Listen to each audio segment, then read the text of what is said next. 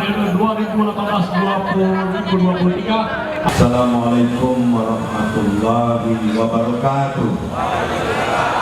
Makna pertama, saya mengajak seluruh elemen masyarakat Sumatera Selatan dari berbagai latar. Mengapa Herman Deru dan Mawardi mengajak ke tempat ini?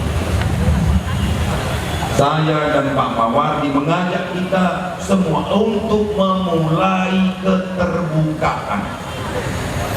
Maka ini di tempat yang terbuka, tanpa harus ada kepura-puraan di antara kita, baik masyarakat maupun para pemangku kebijakan dan pemimpin di daerah. Fokus ke depan, Sumatera Selatan adalah milik rakyat Sumatera Selatan. Beranjak ke makna yang ketiga, di hadapan menara masjid yang begitu megah,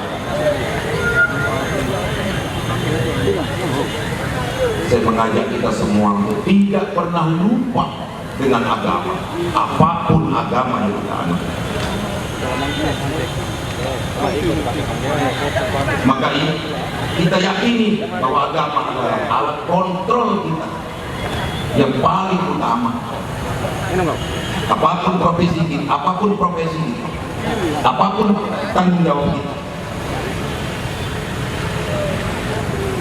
tentu agama kita mengajak untuk berbuat yang terbaik.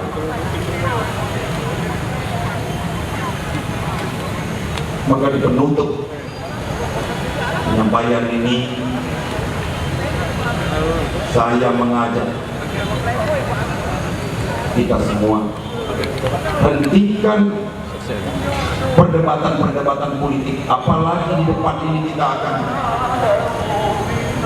menghadapi pileg dan pilpres.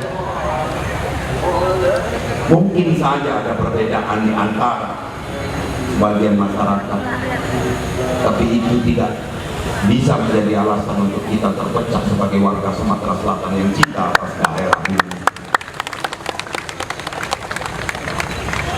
Berbagai ujian sudah kita lalui, dan sekali lagi saya dan Pak Mawardi mohon dukungan, mohon doanya agar kami tetap istiqomah berpegang teguh dengan apa yang pernah kami sampaikan guna menjadikan Sumatera Selatan maju bersama masyarakatnya.